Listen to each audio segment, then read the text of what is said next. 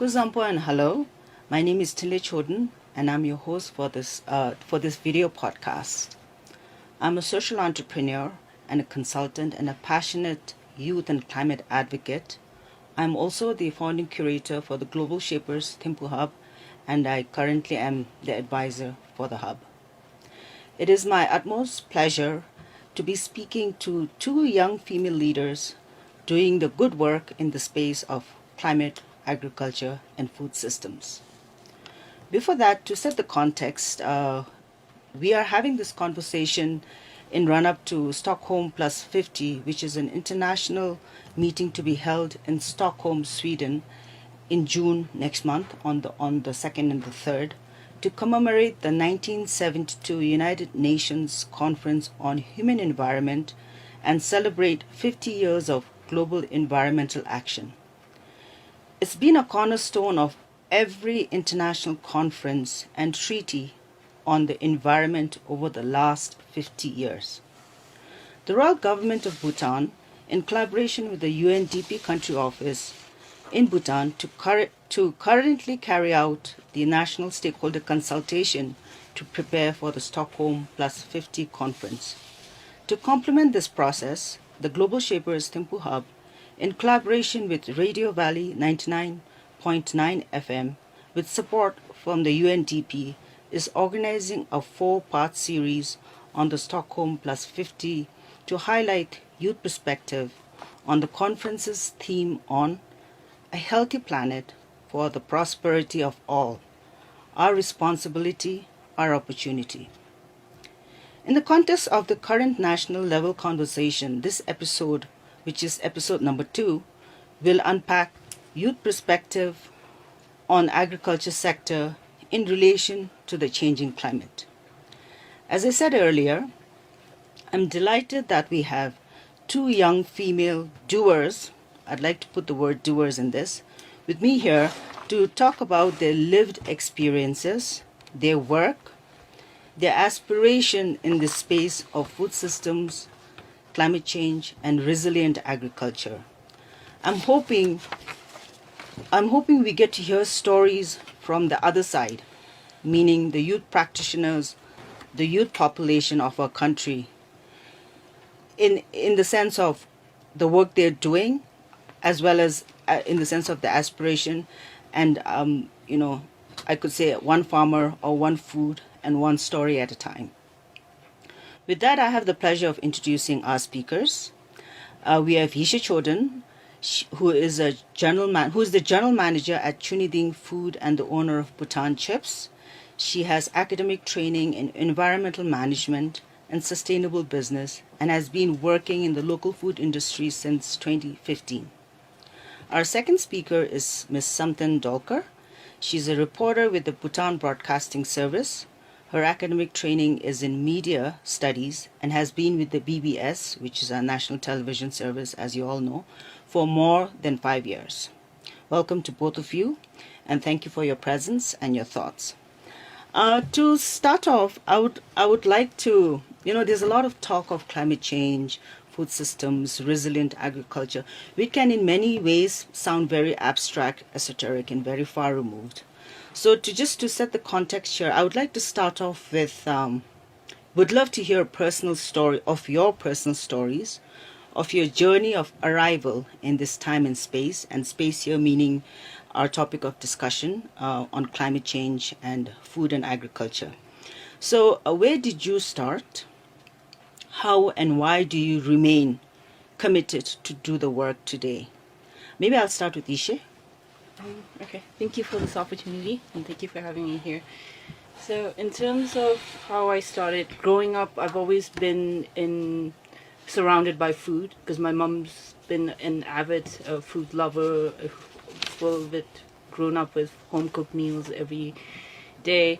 So I've always been surrounded by food, and since my young age, when my mom started talking about food culture, food security, it reminds me of one quote that she always said: you build the culture and the culture will build the economy. So that's been stuck in my head. And when after college, I was more towards the corporate level. I was in New York working for a startup in the tech world.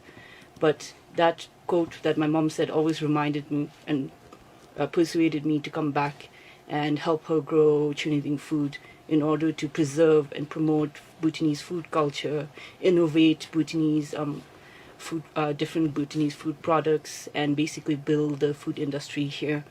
And so far, it's been almost over 5 years, and I love what I'm doing, and I really hope I can make a big impact on a national scale, on a local level. Yeah. Thank you. So it's yours is more of, it's a beautiful thing that you're carrying on your ancestors or your mother's love and tradition and moving forward. But even more impressive that you've returned back, which is, I think, not a lot of developing countries can say that in terms of a youth talent. Samten? Thank you so much for this wonderful opportunity. On a personal level, I should say that my dad, he works with the Department of Forest and Park Services. And then while growing up, I have seen, my dad going for tree plantation, for afforestation. And then, while doing so, he was always advising me, saying that it's very important for every citizen like himself, like me, to be able to do some basic things like plantation. Of course, it was his work, but then whenever he did those things, he used to tell me, and then go into details about it. And then fast forward to 9 to 10 years after I joined BBS. I was a general reporter. I did countable just a few climate related reportings. It's really tough. So in a while I would also like to go into challenges and limitations to being doing some climate reporting. But yes, of course, last year I did a documentary story. It gave me a reality check, you see. And then after that, my story that I did for BBS went to New York Times, which is why I think now giving importance to climate reporting is more than important. So this is how I'm now fully invested in doing climate reportings.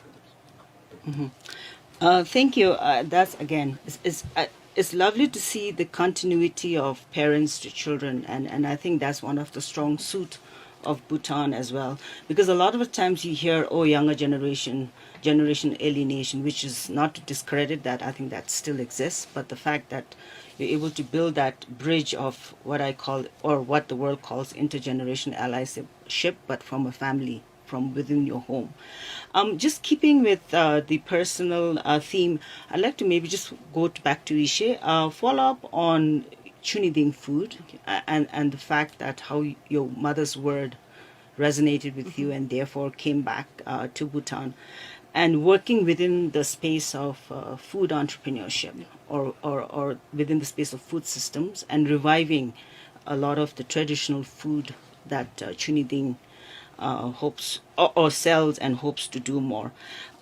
Maybe I would like to ask you the question of, within this entrepreneurial space, how do you keep alive tradition, modernity, right, lifestyles, how people eat, how people consume, and how do you link that through your innovation, let's just say, whether it's innovation in the food that you make, but also I see that Chuniding in general likes to keep the past and the present connected, but through the medium of innovation. So maybe I'd love to hear, what are your thoughts on that? What is the work that you were doing in Chuniding in that space?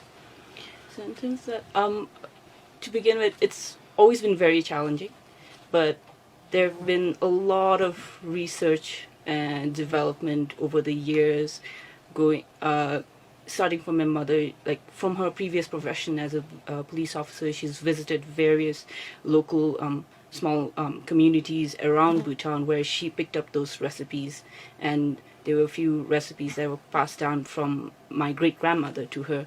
So every day working on that and making sure that it's been passed down and recorded, that's one of our key things that we do, that is record keeping, and then making sure our community knows about it.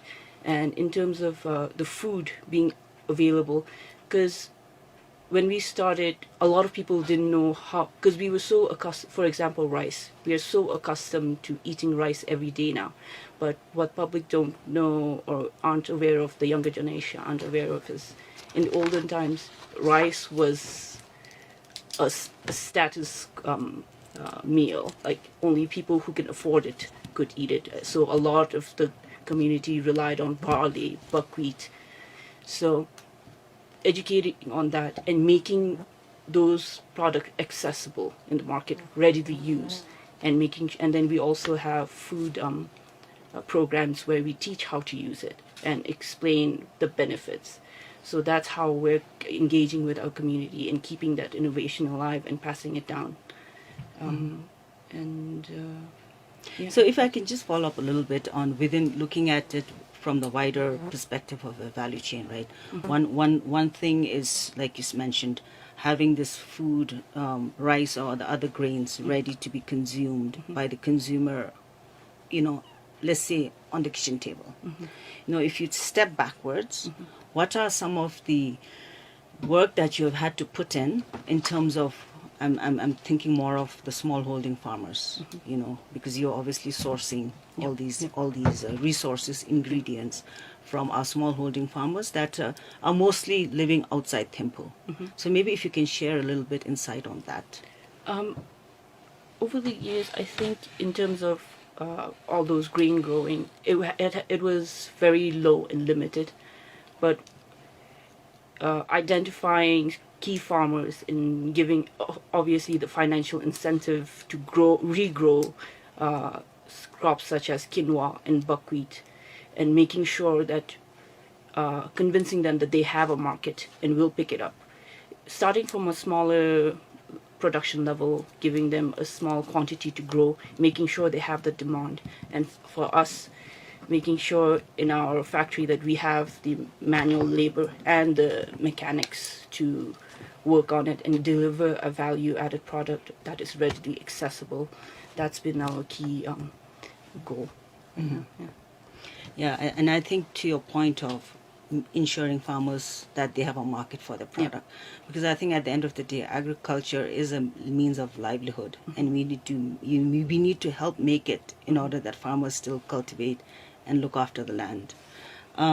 So moving to Samten, I'm actually very happy that we have a media person in this space, because I think a lot of the times when we talk about climate change, generally the media is left out. I think now more and more with the recent IPCC report as well, acknowledging the power and the leverage that media has, and in telling stories and having this wider audience, this gain and reach. So I'm glad that you're here as a media person and as a young female media person. And you mentioned about your documentary too, and I think that just goes to show the power of stories and where it can go. I would like to again hear from your perspective, how can young people not only be an audience and a consumer, but also be an actor in the space of, creating impactful stories. Because when you talk about when you talk about climate change, food systems, and agriculture, it can sound pretty boring, right? It can sound pretty non-interesting for younger generation. But in terms of building stories around that, so that it's impactful stories, and then a layer to that is what is the role of impactful stories versus noise, and what has been your own personal experience as well in that space. I agree that media has not been able to do much when it comes to climate reporting, because like I mentioned earlier, I've been working with BBS for the past 5 years and more, and then I've done few countable stories on it. So when it comes to involving youth in this space, I think media itself plays a huge role in it. There are challenges, as I spoke earlier. There are lack of expertise in our country. There are lack of data in our country. For this particular documentary that I talked about earlier, it took almost a month for me to find an expert talking about snow receding in our mountains. I had to literally call EC in Nepal, and then it took them like a month to really come up with an expert view on it. Talking about involving youth in it, I think inculcating or putting some kind of you know curriculum in schools is, I believe, it's one of the solutions that we can come up with. I studied media studies in Sherapsi College, and then throughout the studies there, 3 years, I've spent my 3 years in Sherapsi studying media. But throughout those 3 years, we were not taught how to do climate reporting, how to do a human interest story, relating, linking climate stories, and then linking maybe, let's say, politics, economics, finance, all those things we were not taught. So I believe the basic thing to start with involving youth is to really teach them in schools, starting from pre-education, pre-primary level to tertiary education. They should be involved, literally involved in climate studies. And then when it comes to newsroom, BBS, we lack so much in climate reporting that I think that at least not, if not every day, I think at least once a week we should do a climate related stories in order to really tell people that you should be concerned about it. So this is how I find a solution to it. Mm-hmm. Yeah, and I think to your point of teaching kids or teaching our students in the education system at from a very young age, not only about climate change issues, but I would say to figure out how to find their space within that climate change, because it can be very overwhelming. And I think it only helps to have this storytelling skills.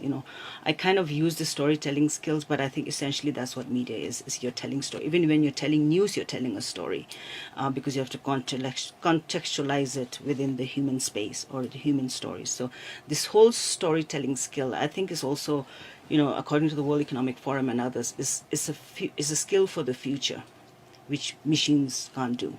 It's a human story and human skill. So to your point, I think that's a very relevant and important insight into how do we make climate change and climate change stories relevant to the young people. Maybe shifting gears a little bit now, and then keeping in line with speaking to a young audience, to a young people. But within our topic of food, agriculture, and climate change, if I can go back to Yeshey, you're an entrepreneur, and as an entrepreneur, you're involved in the doing of things, right? You learn in the work, and then you make barriers into opportunities. So within that context, or within that entrepreneurship space, how and this question, you can answer it from your own personal experience as a food entrepreneur or from the larger perspective. I'll leave it up to you, but with the thought in mind of young people. How can we build human capital, especially talking about young talent, in the agriculture space from an entrepreneurial perspective? Again, I want to keep this entrepreneurial angle relevant, because I think that's how you can make agriculture relevant to modern system. And maybe a step beyond that is, what do you see as our responsibility, meaning all of us, not only you, but the young, the children, the young, the adults, the policymakers, the whole of Bhutan. What do you see, what do you think are our responsibilities to ensure that agriculture and food systems are secured? Not only something to be romanticized about and talked about in stories, as in the folklores, but to remain relevant for today and for the future. Okay. That was a lot. Yep. So, I'm happy to remind you what the Okay. questions were. Okay. So, first of all, because it's a younger audience, I would like to just briefly explain what food security is. It's basically having access to nutritious food. So, especially in countries like Bhutan, are we out of the developing nation index yet? Not yet. No. So we are. Next year Okay. we So we're graduate still to lower middle income country. Okay, so we're still a developing country. So what food security means at our level, it means people gather the food, they harvest the food, they produce the food, and they consume it. So it's within the whole community. Now, what we can do in terms of supporting that from a government level is how we can achieve food security through is by training people or investing in people that are already doing those work and improving on the innovations and helping produce more. That way we can have nutritious food available and access for it to every people of Bhutan. And then from there, how can we market agriculture as a for especially for the youth to make them more going back again to the country economy, like I'm sure the biggest revenue generator is hydropower and tourism, but they're not very sustainable sources of revenue. So when we look at it, agriculture can be another revenue source generator. And during the past 2 years, during the pandemic, we saw that a lot of the emphasis was put on food security, food system. A lot of our youth went back to the rural areas, started working. So there is potential in farming. There is potential in agricultural growth. So one main incentive I can find is the financial. Having securing a market for those agricultural goods, making sure the kids, the youth who are into agriculture or are thinking about it, they know there is a market locally and internationally. And if we're going internationally, what can the government, other stakeholders do in terms of supporting that venture? And and what was the last question? Sorry. What do you see as the nation's responsibility to ensure that we make this connection of food and food systems and agriculture with a younger generation? I think going back, number one, as an entrepreneur myself, and now as starting something by myself, I think one of the main challenges I found was financial. Okay. And few practical implementations or support I can think of is microfinancing, easy access to loans, because every loan you apply for, you need a collateral. And I've been lucky enough that my parents helped me with the collateral to get the funding, and most people don't.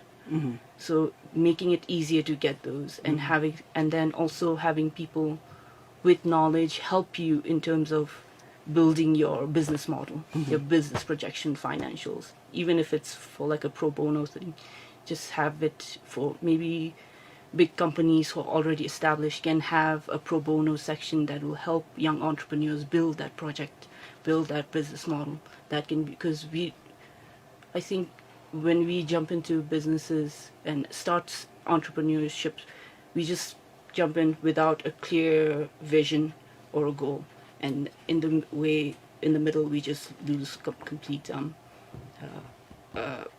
vision, and then we forget how to do, and then maybe just leave it and then move on to something else.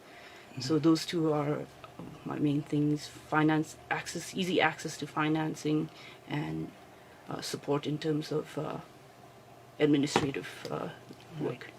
Right. No, I think those are very real and true pains of young people, especially in the entrepreneurship, whether it's food entrepreneurship or whether it's any kind of entrepreneurship or entrepreneurial undertaking.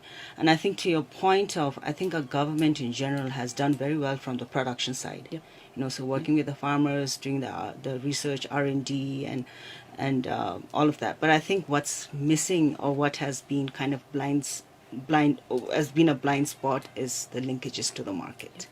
And I feel like that's where young generations can come in to work, and like what you are doing as well, because you probably support a lot of the livelihoods of a lot of the small holding farmers that you work with through Chuniding Food, as well as your own company, Bhutan Chips. To moving to Samten, as we've mentioned earlier, I mean, you obviously work in a very powerful platform, the media, which has, I would say, soft power, hard power to influence a lot of people in mass through the credibility as well as the space you're given to get into the ears and hearts of the population. So with that, again, keeping in mind of young people within the context of food and agriculture, what do you think, from your perspective, is our responsibility that more, I suppose more importantly, what's the responsibility of the media to seek and curate and share stories of climate change? Like you've mentioned, there's a lack of it, and if you had at least one story of climate story covered a week would be impactful. But what to the back end work of it? How do we make sure we get those stories? How do we make sure we're going out and speaking to people? And how do you curate that? How do you curate that story? While at the same time, kind of not alienating a lot of sections of population. So basically, how as media can we do better in curating more impactful and relevant stories? I think before we educate, we inform people, we need to be informed ourselves. And then which is lacking in our country as of today. So that's why in order to really inform people, in fact, media people should be trained rigorously. Last year, yes, the thing I talked about, the 2 documentaries that I produced, I was given 3-day climate change reporting training, which was quite helpful. So, those kind of trainings should be available for all times to come. It should be, on a frequency level, it should be regular because, for example, last year I got 3 days climate change reporting training, but then I almost forgot what I really learned about. So, first thing, it should begin from the educating media personnel themselves, like ourselves. Secondly, yes, of course, we will have to go around and talk to people. In fact, I'm trying to do a story. Recently, there was a UN report saying that climate change is going to be #1 leading cause of death by, I don't remember the year. So I'm trying to find data. I'm trying to find a human interest story whereby I'm trying to find a person to talk about it. But it's really difficult, I know. So that's why I'm, like, for example, like I'm trying to talk to hospitals for that matter.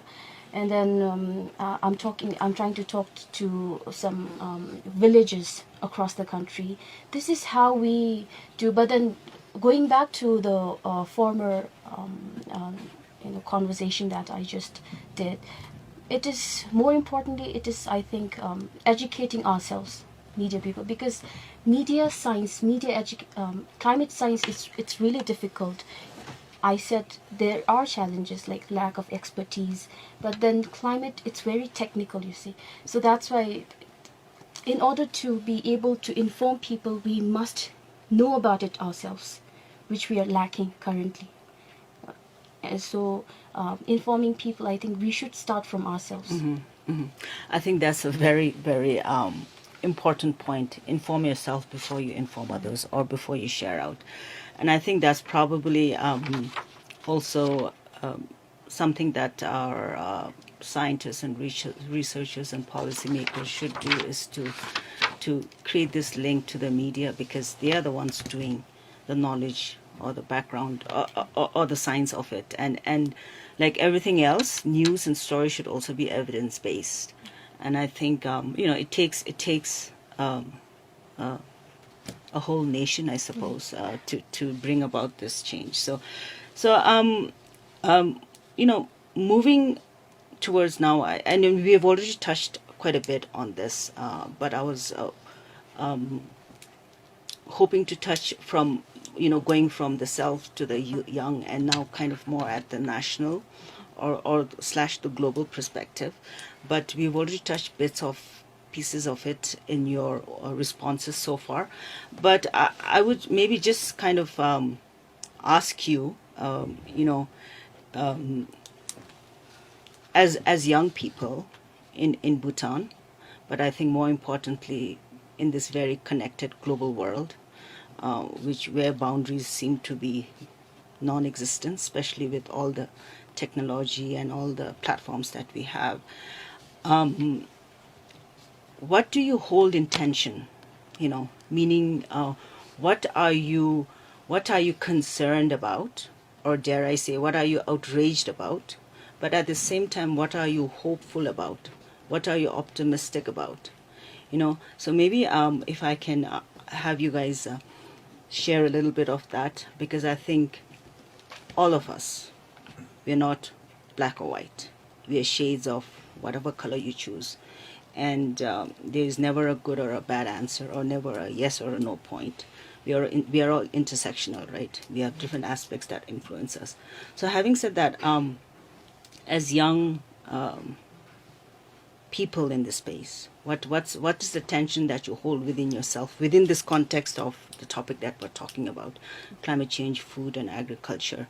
What are you concerned / outraged about, and what are you hopeful / optimistic about? Maybe we can start with you, Samten, for a change, and then I can go to Yeshey. Intriguingly, my concern right now is, all these climate change related issues are happening even as Bhutan sits on the global map of being, carbon negative country. So perhaps, our promises are barely meeting the international standards. So now Bhutan can only, slow this catastrophic phenomenon. We can't really, solve the issue right now. So this is my concern, because then, there are so many influential counterparts who are sitting on the matter. But then I'm like always, are these conventions really going to work? Like Paris Agreement, there were so many conventions that happened earlier, but then for the last 10 years maybe, but then we are still sitting on the matter. So these are my concerns. But again, these very conventions gives us hope. Oh, the talk is still there. That's what we think about. They're still talking. Someday, maybe while we still talk about it, someday, maybe in next 9 to 10 years, it might possibly work. That's my hope for the whole issue. And I think you probably will resonate with a lot of the young people globally too. And I think it was the last IPCC, Greta Thunberg was there, and all she said was, you all talk blah blah blah blah blah blah blah, meaning like we've had this 30-40 years where science has shown, but we all just kept talking, and there was not enough in the doing. So you probably resonate with a lot of the young people's thoughts on that. Yeshey? Relating to agriculture and the whole topic about sustainable development and environmental conservation, I think it's important that the agriculture sector alone, in general, contributes around 1/3 of the global emissions, and that's mainly because now we've talked about the linear model that's system that's there, that is growing, production, and consuming and disposing. So now what I'm more concerned about is what that impact would have on the environment, on our markets, if we do not shift. So I'm really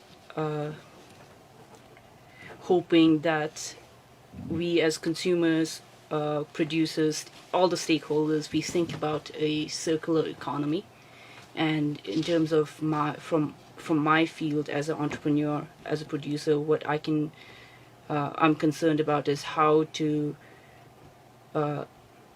expand my production in the sense that how can I maximize maximize the use of one product that's coming from one farmer. Like, what are the various products that I can use so that it's been utilized 100% or 99%.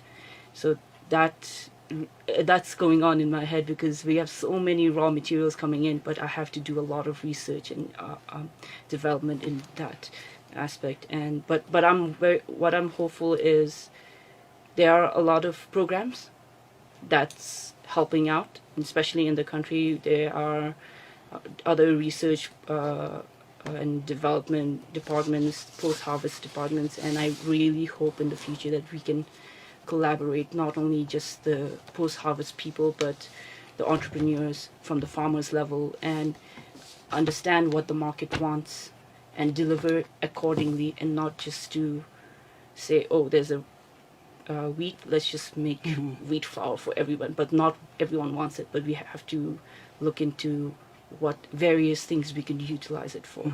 So that's, I'm really hopeful for, I guess, upscaling our food production, food industry locally, and then maybe hoping to achieve the nation's goal of self-sufficiency in food. Yep. Yeah, and I think you brought up some very good points, circular economy. I think that's something, if you talk to the older generations, they'll say, oh, this is something we've been doing it for eons. We just never called it circular economy. But that doesn't negate the value of circular economy in the current modern day lifestyle, which is more and more becoming linear. And I think your point on being hopeful that, yes, there's a lot of resources in the country and a lot of support. And I think where the gap is the linking and the working together. But your vision of achieving food security or self-sufficiency is a great vision to work towards. So, I just wanted to make a correction. I realized I said Greta Thunberg, IPCC report. I meant to say Greta Thunberg at the COP meet at Glasgow. But that is comes to the conclusion of our talk, and I really would like to thank Yeshey and Samten for your thoughts and for coming and stepping up to the stage and sharing your stories. It is obviously, there's still a lot to be said, and we probably didn't cover a lot within the time frame that we have, but I hope that we've been able to bring out insights and stories that relates to our younger generation here in Bhutan. And I think in concluding, as the host, I would just like to say that climate change is a reality. It's something that we live within. And what is great at this time and age is now the world has accepted climate change is real. Science has been saying this for the last 30, 40 years, but the politicians and the powers to be have accepted it and acknowledged it. And we have the opportunity of climate change, which is the threat, but we have the opportunity of climate action, which is the opportunity. Or for young people to step up and create these innovations and to tell your stories, to find your space within climate change, and especially within the food system. And something that we didn't really talk about in this session is the nutrition aspect of food systems. Because we can argue and think about food as food. We consume food to survive, or we consume food to thrive. Because at the end of the day, a human body at a very atomic level is made out of nutrition builds who we are. And if nutrition builds who we are, as individuals, we build a nation. So it's very connected to the productivity, which normally people, not normally, but I would say policymakers probably miss that link. But nutrition would be highly, highly linked with the capacity, the human capacity, the human talent. And I think in ending, I'll just say, and this is kind of a mix of my own thoughts and some I've heard other people talk.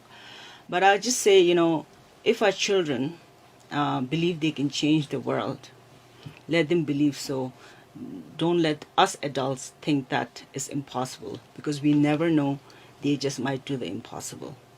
So with that, we thank you for your time, for your listening, lending us your ear and your heart and your mind. and good luck and take care.